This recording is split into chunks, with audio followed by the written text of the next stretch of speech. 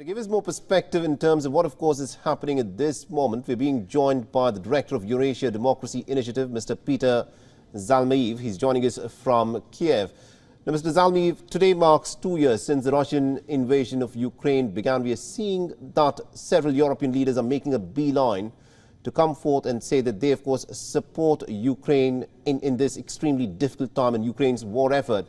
But how do you see the amount of military aid and financial aid that has come through both from Europe and from the United States?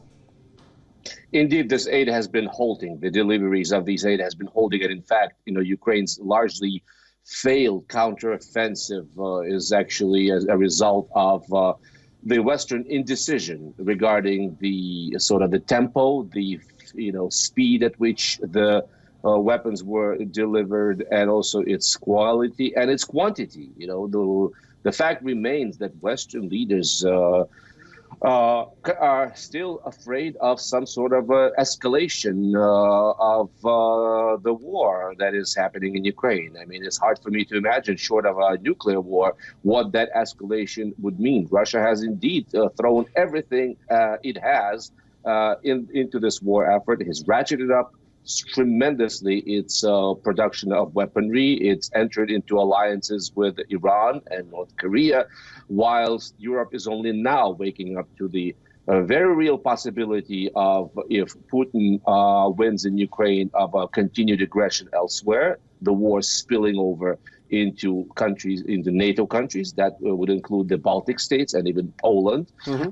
And also you have to consider, the very turbulent politics in Congress and the possibility of Donald Trump winning a second term. Right. And you've heard his hints that he might consider taking a U.S. out of NATO.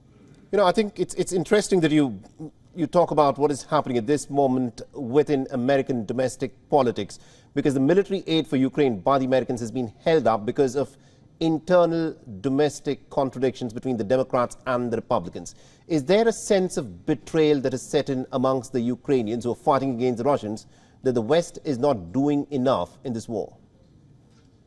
This is, if you were to compare second year anniversary of this war to just last year, this is a very much changed environment. We have to constantly remind ourselves that the West didn't really have to help Ukraine in the first place, simply because Ukraine was never bound by any sort of security agreements with the Western world, unless you take into account the Budapest Memorandum in 1993 that was signed between countries to sort of provide Ukraine security in turn for its turning over of nuclear weapons. But that was not really a legally binding document. So we have to continuously remind ourselves that we have to be thankful for what we've received. This is always a balancing act between this realization and the also the dawning kind of understanding that the West has ways to go to even match what Russia has been able to throw at this war. Europe is waking up. We heard from the Czech President Peter Pavel that Czech Republic has identified 800,000 new shells, and for which it's trying to find financing for Ukraine.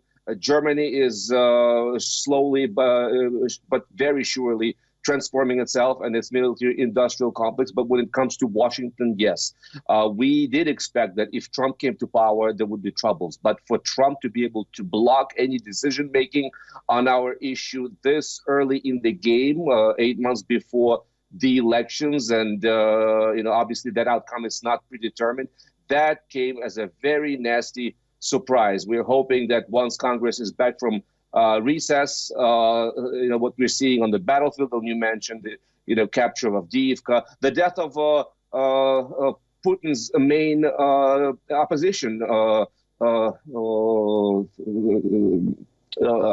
leader, main challenger to Putin, Alexei Navalny, that this would wake up Republicans who have been blocking the passage of Ukraine aid. Zalmiev, thank you very much indeed, sir, for joining us from Kiev and getting us that perspective there. Thank you. WION is now available in your country. Download the app now and get all the news on the move.